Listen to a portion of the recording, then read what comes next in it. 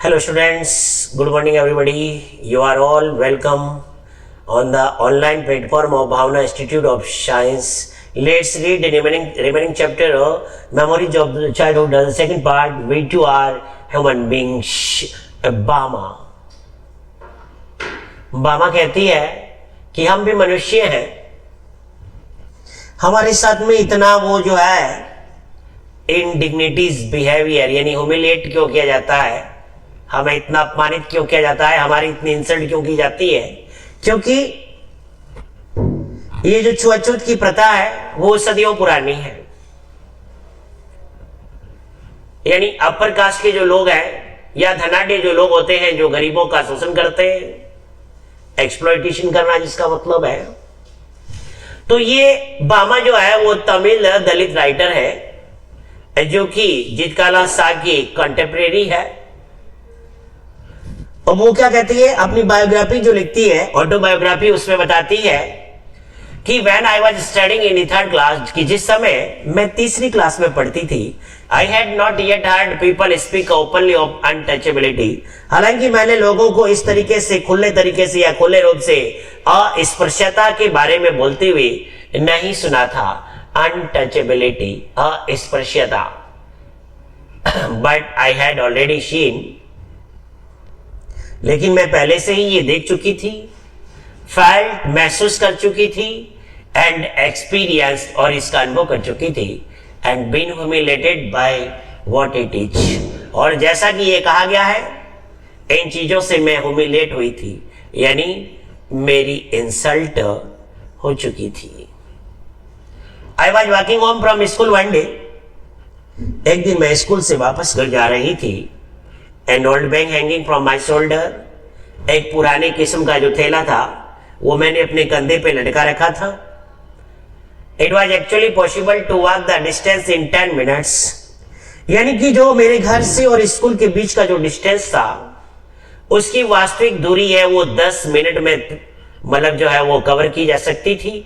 But इस दूरी को मैं करीबन 30 मिनट से भी ज्यादा टाइम ले लेती थी। तो वो कहती है कि it was actually possible to walk the distance in 10 minutes, यानी कि 10 मिनट में ही वो मेरे घर और स्कूल के बीच की दूरी को तय किया जा सकता था।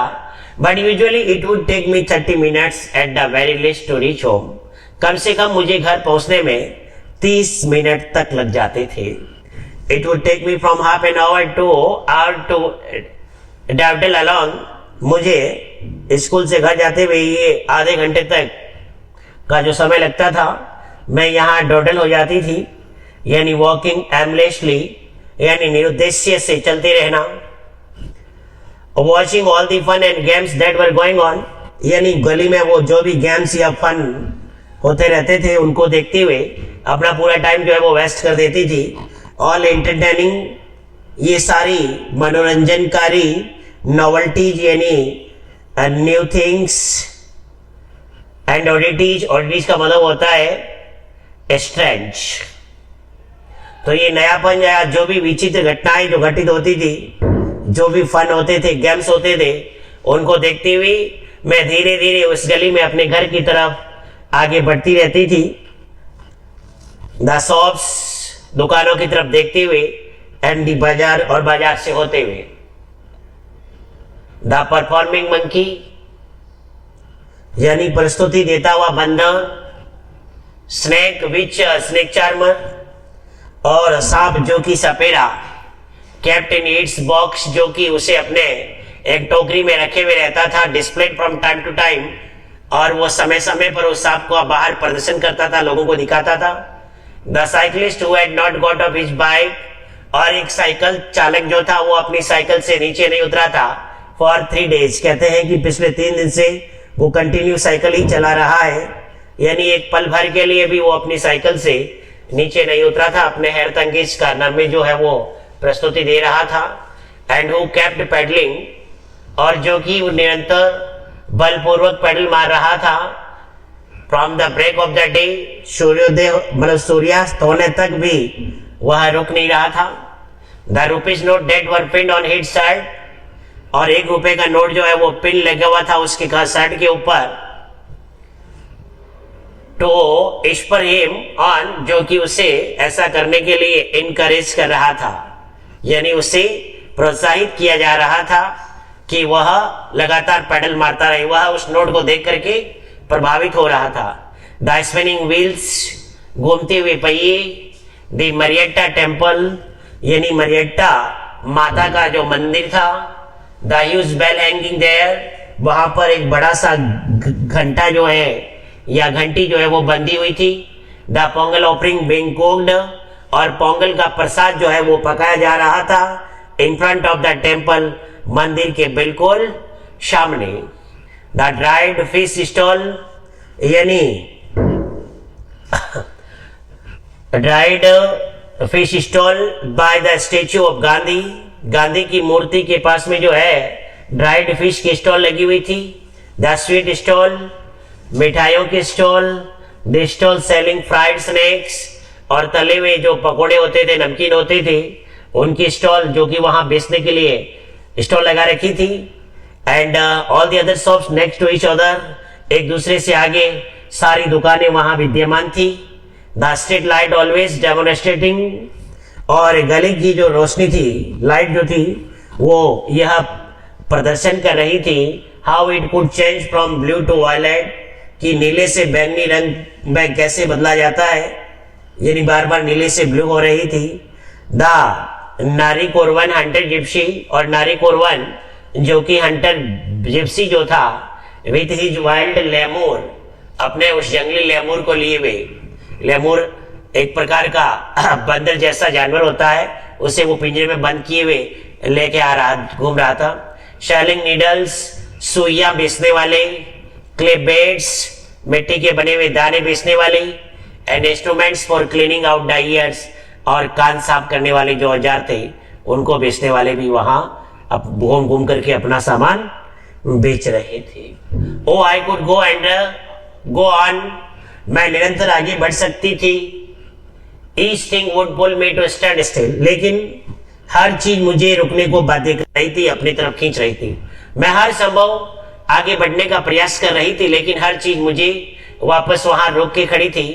And not allow me to go any further, और मुझे और अधिक जाने की अनुमति नहीं थी, यानी कि मैं उन चीजों की ओर इतनी अट्रैक्ट हो जाती थी, आकर्षित हो जाती थी कि मेरे कदम घर की ओर आगे बढ़ते ही नहीं थे। At times people from various political parties, तभी क्या होता था, विभिन्न राजनीतिक दलों के जो लोग हैं वो डेराइव वहां पहुंच जाते, पुट अप स्टेज, एक मंच का निर्माण करते, एंड हेरिंग का मतलब होता है उग्र भाषण देना, स्पीच देना, यानी कि वो स्टेज बनाते और स्पीच देते थे। Through their mics then there might be a street play, यानी माइक के द्वारा वो भाषण देते, फिर वहां पर स्ट्रीट प्ले होता था। स्ट्रीट प्ले का मतलब होता है नुक्कड़ नाटक, और पपेट शो या कठपुतली का शो होता था। और नो मैजिक नो मिरेकल, कोई जादू नहीं, कोई चमत्कार नहीं का शो होता। स्टंट परफॉर्मेंस, यानी हर प्रकार की ये हैरत अंगेज प्रस्तुतियां जो है वहां ऑर्गेनाइज होती थी। All these would happen from time to time, ये सारी एक्टिविटी जो है वो अक्सर समय समय पर हमारी उस स्ट्रीट में, यानी कि मेरे स्कूल से घर जाने का जो रास्ता होता था उसमें ये एक्टिविटीज होती थी। Even otherwise there were the coffee clubs in the bazaar, इसके अलावा बाजार में कॉफी का क्लब भी था। The way each waiter cooled the coffee, और जो वेटर होते थे जिस तरीके से वो कॉफी को ठंडा करते थे वह देख करके मैं बहुत अधिक आकर्षित हो जाती थी। Lifting a tumbler high up and pouring its content into a tumbler, यानी वो क्या करते थे, एक गिलास जो फुल भरा हुआ होता था उस गिलास को ऊपर उठाते और फिर इसके अंदर जो कंटेंट्स होता था, जो पदार्थ यानी कि जैसे कॉफी भरी होती थी, वो नीचे जो उनके दूसरे हाथ में जो गिलास होती थी उसके अंदर उस कॉफी को जिस तरीके से उड़ेल करके उसको ठंडा करते थे। एंड पावरिंग इट्स कंटेंट्स, यानी उस पदार्थ को वो उड़ेलते इन ए टम्बलर, उस गिलास में held in each other hand, जो कि उसके दूसरे हाथ में पकड़ करके रहता था। और the way some people set in front in the shops, और या फिर कुछ लोग जो है वो जिस तरीके से दुकानों के सामने कुछ लोग बैठे हुए थे, चॉपिंग ऑफ यानी कटिंग इन पीसेज, यानी टुकड़ों में काट रहे थे, ऑनियन यानी प्याज को, देयर आइज टर्न्ड एल्सवेयर, उनकी आंखें जो है वो दूसरी ओर मोड़ी हुई रहती थी, सो that they would not smart, ताकि वो किसी तरह की चालाकी न कर सके। और दी आलमंड ट्री ग्रोविंग देयर, वहां बादाम के पेड़ भी उगे हुए थे। And it's fruit which was occasionally blown down, और इसके फल जो है वो अक्सर हवा के द्वारा गिरा दिए जाते थे।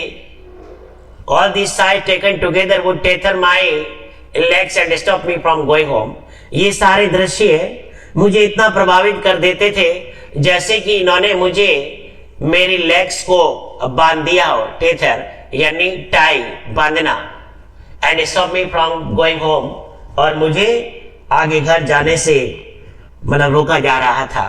यानी ये सारे दृश्य मेरे को मंत्र मुग्ध कर देते थे, मैं आगे नहीं बढ़ पाती थी। And then according to the season, और फिर मौसम के अनुसार हर तरह के फल फ्रूट आते थे, मैं उनको देखने के लिए रुक जाती थी। जैसे देयर वुड बी मैंगो, आम के फल आते थे, कुकम्बर, ककड़ी, sugar cane, sweet potato, sugar cane कहते हैं गन्ने को, स्वीट पोटैटो कहते हैं शकरकंद, पाम सूट्स यानी ताड़ के अंकुर, ग्रेम चना, पाम सिरप, ताड़ का जूस, एंड पाम फ्रूट और पाम के फल, गुआवाज, अमरूद, जैकफ्रूट, कटहल के फल। Every day I would see people selling, रोजाना मैं लोगों को ये बेचते हुए देखती थी, स्वीट यानी मिठाइयाँ, एंड शेवरी फ्राइड स्नैक्स, मुंह में पानी ला देने वाले तले हुए नमकीन, पायासम यानी एक प्रकार का साउथ इंडियन व्यंजन है, हलवा, बॉइल्ड टेमरिंड सीड्स, उबले हुए इमली के बीज, एंड आइस्ड लॉलीज और बर्फ की लॉलीपॉप। यानी सीजन के अनुसार जो है इस प्रकार के फ्रूट जो है वो मार्केट में आते थे, और मैं उन सेलर्स जो होते थे या शॉपकीपर्स जो होते थे या फूड सेलर वगैरह, उनको मैं उनको सेल करते हुए देखती थी। Gazing at all this one day I came to my state, इन सारी चीजों को गौर से देखते हुए एक दिन क्या हुआ, मैं जो ही मेरी गली में पहुंची, my bag slung over my shoulder, मेरा बैग जो है वो मेरे कंधे पर स्लंग था, मतलब लटका हुआ था, हैंगिंग था। एट द अपोजिट कॉर्नर, सामने वाले कोने से, though the threshing floor had been set up, जहां पर थ्रेसिंग फ्लोर लगाया गया था, यानी अनाज गहाने का स्थान। And the landlord was the proceeding, और जमींदार जो है वो जो अनाज निकालने की जो प्रक्रिया चल रही थी उसको देख रहा था। Seated on a piece of sacking, यानी वो है एक बोरे का जो छोटा सा टुकड़ा था उसके ऊपर बैठा हुआ था। स्प्रेड ओवर ए स्टोन लेज, जो कि एक पत्थर की शिला पर बैठा हुआ था, उसने वो बोरी का टुकड़ा बिछा रखा था, उसके ऊपर वो बैठे बैठे ये अनाज गहाने की जो प्रक्रिया थी, यानी कि भूसे से अनाज जो है वो कुचल करके अलग किया जाता था, इस प्रक्रिया को देख रहा था। Our people were hard at work, हमारी जाति के लोग बहुत ही कठिन कड़ी मेहनत करते थे। ड्राइविंग कैटल इन पेयर्स, वे लोग इन पशुओं को जोड़ों में ड्राइव हाँकते थे। राउंड एंड राउंड, गोल गोल घुमाना, to tread out the grain, जिससे कि कुचल करके अनाज को बाहर निकाला जाता था फ्रॉम द स्ट्रॉ, यानी भूसा या घास फूस से। द एनिमल्स वर मजल्ड, तो जिस पशु को उस अनाज के ऊपर गोल गोल घुमाया जाता था कुचलने के लिए, अनाज बाहर निकालने के लिए, उसके मुंह पर म्यूजल लगाया जाता था, यानी मोहरा बांध दिया जाता था, so that they would not have themselves to straw, ताकि वो जो अनाज का जो भूसा होता था उसके अंदर अपना मुंह नहीं डाल सकते थे। I stood for a while there, लेखिका कहती है मैं कि थोड़ी देर तक वहां खड़ी रही, वॉचिंग द फन, यानी इस मौज मस्ती को जो है वो देख रही थी। Just then an elder of our street, तभी मैंने क्या देखा, हमारी गली में रहने वाले एक बुजुर्ग आदमी मुझे आते हुए दिखाई दिए। वो बिल्कुल झुके हुए, उन्होंने हाथ के अंदर एक पैकेट पकड़ रखा था, हालांकि पैकेट को हाथ में नहीं बल्कि एक डोरी से बंधा हुआ था, और उस पैकेट को उन्होंने अपने हाथ में पकड़ रखा था। Elder of our street came along from the direction of the bazaar, यानी हमारी गली में रहने वाले एक बुजुर्ग जो है वो बाजार की दिशा से हमारी गली में आ रहा था। The manner in which he was walking, जिस तरीके से वो चल रहे थे, along made me want to double up, अब जैसे कि मैं हंसी से दोहरी हो गई, यानी मुझे बहुत हंसी आने लगी। उनके चलने का ढंग देख करके। Wanted to shriek with laughter, मैं हंसी की चीख निकालना चाहती थी। At the sight of such a big man, यानी कि जिस तरीके से ये दृश्य मैंने देखा कि कैसे हमारी गली का एक बड़ा आदमी जो है या बुजुर्ग कैरिंग ए स्मॉल पैकेट, यानी कि वो इस छोटे से पैकेट को जिस तरीके से या जिस पैशन से लेके वे आ रहे हैं, ये तरीका उनका देख करके मैं हंसी, मुझे जबरदस्त हंसी आने लगी। मेरी हंसी फट पड़ना चाहती थी। I guess there was something like vadai और ग्रीन बनाना भाजी। मैंने सोचा कि शायद ये वधाई हो सकती है या फिर हरे केलों की भाजी बनी हुई होगी इन द पैकेट, पैकेट के अंदर। बिकॉज द रैपिंग पेपर, यानी इसके ऊपर जो कवरिंग पेपर था या जो लपेटा हुआ कागज था, वाज स्टैंड विथ ऑयल, जो कि ऑयल से सना हुआ था, भरा हुआ था। ही केम अलोंग, वो गली में आता रहा, holding out the packet bye it's string, उसने पैकेट को स्ट्रिंग से पकड़ रखा था, यानी उसका जो धागा था, स्ट्रिंग धागा या थ्रेड जो था, उससे उसने उसको पकड़ रखा था। विदाउट टचिंग इट, यानी वह उसे छू नहीं पा रहा था, क्योंकि ये बुजुर्ग अछूत, यानी हमारी जाति अछूत, यानी हम निम्न जाति कहते थे, और ये अपर कास्ट के लोग जो है वो हमारे द्वारा छुई हुई किसी चीज को जो है वो खाते नहीं थे। क्योंकि यदि वो बुजुर्ग उसको छू लेता है तो वो जमींदार जो है उसको पोल्यूट मान लेता और खाता नहीं, और उसे पनिश भी किया जा सकता था। I stood there thinking of my self, लेकिन कहती है कि मैं स्वयं सोचते हुए वहां खड़ी रही। If he holds it like that, कि यदि इस आदमी ने, यानी हमारे इस बुजुर्ग आदमी ने इस पैकेट को इस तरीके से पकड़ा है, one the package come undone, कि यह पैकेट खुल नहीं जाएगा, एंड द वडाइज फॉल आउट, और ये वडाई जो है गिर भी तो सकती थी। The elder went straight up to the landlord, वो बुजुर्ग सीधा जमींदार के पास में चला गया। अबाउट लो, वह उसके सामने नीचे झुका, एंड एक्सटेंडेड, यानी स्प्रेड, या आगे किया, फैला दिया, या आगे बढ़ाए, द पैकेट, यानी उस पैकेट को टुवर्ड हिम, उसकी तरफ, कपिंग द हैंड, यानी अपने हाथों को कप के आकार में बनाते हुए, held string with his other hand, क्योंकि उसने दूसरे हाथ से वो उस पैकेट का स्ट्रिंग जो था, डोरी जो थी, उसको पकड़ रखा था। The landlord open the parcel, अब जमींदार ने उस पार्सल को खोला, and began to eat the vadais, और उसने वो वडाई जो है वो खाना शुरू कर दी थी। After I had watched all this, यानी ये सारी घटना या एक्टिविटी जो हो रही थी उसको देखने के बाद, at last I went home, आखिर मैं अपने घर चली गई। My elder brother was there, जब मैं घर गई तो मेरा बड़ा भाई मेरे सामने खड़ा था, मैंने उसको देखा। I told him the story in all it's comic detail, मैंने ये सारी कहानी जो है वो अपने बड़े भाई को कॉमिक तरीके से, हास्यात्मक तरीके से या हंसी मजाक में पूरी डिटेल बता दी कि आज ऐसा ऐसा मैंने जो है देखा था, और हमारी गली का जो बुजुर्ग है वो इस तरीके से उस जमींदार के सामने झुक करके उसको पैकेट इस ढंग से पकड़ा रहा था। ऐसा क्यों था, ये देख करके मुझे हंसी आ गई, और मैंने भैया से कहा, I fell about with laughter at the memory of a big man, यानी उस बड़े आदमी की स्मृति को जानते हुए मुझे हंसी आती है। And an elder at that making such A game out of carrying the parcel, और ये बुजुर्ग लोग जो है इनके लिए पार्सल ले जाने का जो खेल खेलते हैं। But Anna was not amused, लेकिन मैंने उसको कहा कि मुझे हंसी आ रही है, लेकिन अम्मा बिल्कुल भी अम्यूज नहीं हुआ, मतलब उसको बिल्कुल भी प्रसन्नता नहीं हुई, खुशी नहीं हुई, या वो हंसा नहीं। अन्ना कहते हैं बड़े भाई को in South India. Anna told me the man was not being funny, Anna ने मुझे बताया कि वो आदमी कोई फनी नहीं था।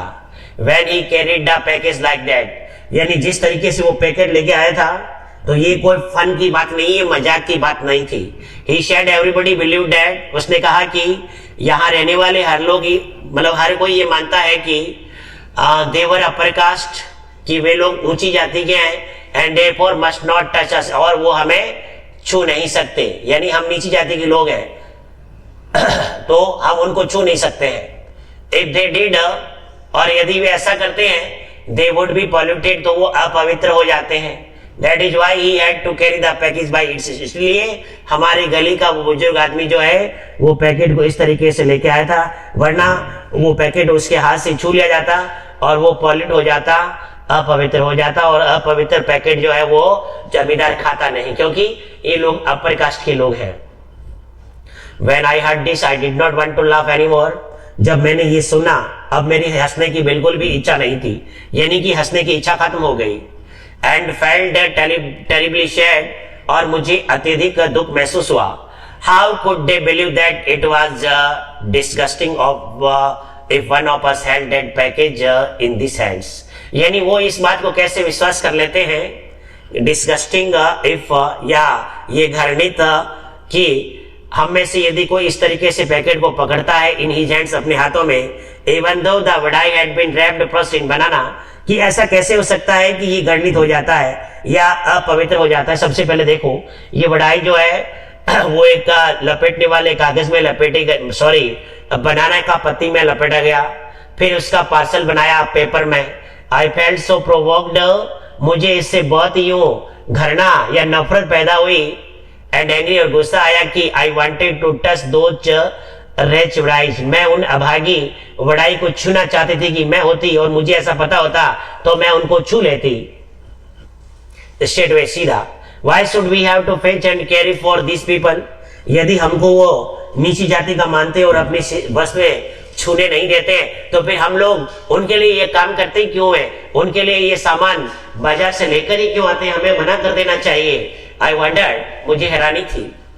सच an important elder of our, यानी हमारी गली का रहने वाला ये बुजुर्ग जो कि हमारे लिए पूजनीय होता है, गोज यानी जाता है, मीकली यानी टाइमिडली डरते हुए, टू दी शॉप्स यानी दुकान पर, to face snacks and hands them over reverently, कि वह उन दुकानों पर जाकर के वहां से नमकीन खरीदता है और सम्मान पूर्वक, रिवरेंटली का मतलब होता है रिस्पेक्टफुली, वहां से ला करके रिवरेंटली उसको देता है, इतना आदर के साथ में। बोविंग एंड श्रिंकिंग यानी उनके सामने नीचे झुकना पड़ता है, श्रिंकिंग यानी सिकुड़ना पड़ता है।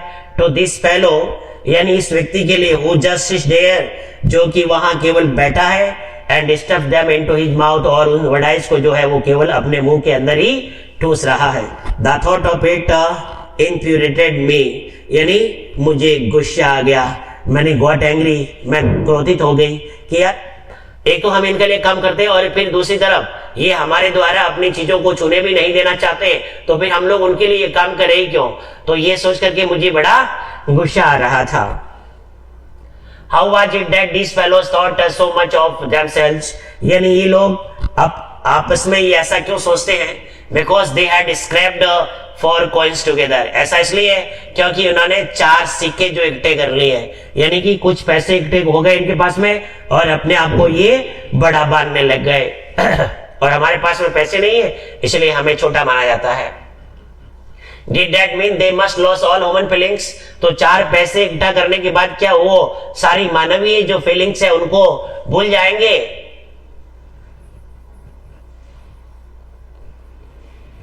Collected.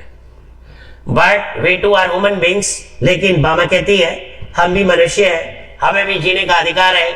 Our people should never run these petty errands. अब वो कहते हैं हमारी जाति के लोगों को इन तुच्छ काम के लिए उनके पीछे पीछे नहीं भागना चाहिए। We should work in their fields. हमें अपने खेतों में काम करना चाहिए, उनके खेतों में जाकर काम करने की जरूरत नहीं है। Take home our wages, और हमारी मजदूरी हमें अपने घर लानी है। And live it at that, और ये उनके लिए सारा कार्य हमें त्यागना होगा, छोड़ना होगा। My elder brother who was studying at a university, मेरा बड़ा भाई जो कि एक यूनिवर्सिटी में पढ़ता था और अभी हॉलीडेज का टाइम जो था इस समय वो घर आया हुआ था, तो देखो हुआ क्या। Studying at a university had come home for the holiday. He would often go to the library. वो अक्सर लाइब्रेरी जाता था in our neighboring village. हमारे पड़ोस के गांव में एक लाइब्रेरी था, वहां वो बुक्स बोरो करने के लिए अक्सर जाता था, यानी कि छुट्टियों में अपना टाइम जो है उसको किल करने के लिए in order to borrow books, यानी बुक्स उधार लाने के लिए। He was on his way home one day. एक दिन क्या हुआ, वो घर आ रहा था रास्ते में, walking along the banks of the irrigation tanks, यानी सिंचाई का जो टैंक बना हुआ था उसके किनारे किनारे आ रहा था। One of the landlords man, तभी उस जमींदार का एक आदमी जो था came up behind him, उसके पीछे पीछे आया। He thought my Anna looked unfamiliar. उसने सोचा कि अन्ना जो है वो अनफेमिलियर है, यानी अनजान है कोई, उसने उसको देखा नहीं था कभी, इसलिए वो उसके पीछे पीछे ये पता करने आ गया कि भाई ये लड़का कौन है। एंड सो ही आस्क्ड, और उस आदमी ने, जमींदार के आदमी ने अन्ना से पूछा, हु आर यू अप्पा, अप्पा तुम कौन हो, व्हाट इज योर नेम, और तुम्हारा नाम क्या है। Anna told him his name, Anna ने उसे अपना नाम बता दिया। Immediately the other man asked, तुरंत दूसरे आदमी ने पूछा, क्या पूछा, thambi on which street do you live, यानी थाम्बी तुम कौन सी गली में रहते हो, क्योंकि पहले ये एक प्रचलन था कि जिस गली का नाम बता दिया जाता था उस गली में केवल उसी जाति के लोग रहते थे। जैसे कि जैसे ओबीसी वाले हैं वो अलग रहते थे, या अदर कास्ट वाले, अदर या ब्राह्मण कास्ट वाले वो केवल उसी कॉलोनी में रहते थे। जैसे गुर्जर है वो अपनी अलग, उनकी कॉलोनी जो होती थी। तो कहने का मतलब है यदि अन्ना जो है उसको ये बता देता कि हम उस गली में रहते हैं, तो वो जान लेता कि भाई ये किस जाति से जो है वो बिलोंग करता है। The point of this was that if he knew on which street we lived he would know our caste too, वो हमारी जाति भी जान लेता था। Anna told me all these things, Anna ने मुझे ये सारी बातें बता दी थी।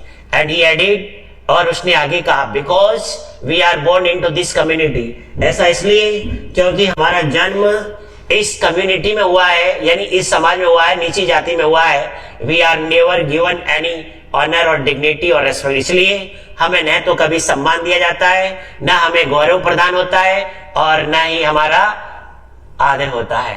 We are stripped of all that, यानी हमें इन सारी चीजों से वंचित कर दिया जाता है। But if we study and make progress, लेकिन हम कठिन परिश्रम करेंगे, अध्ययन करेंगे और जीवन में उन्नति करेंगे, तो जब बड़े अफसर बन जाएंगे या बड़ा कुछ बन जाएंगे, उस समय हमारी ये अनटचेबिलिटी जो है वो सब गायब हो जाएगी।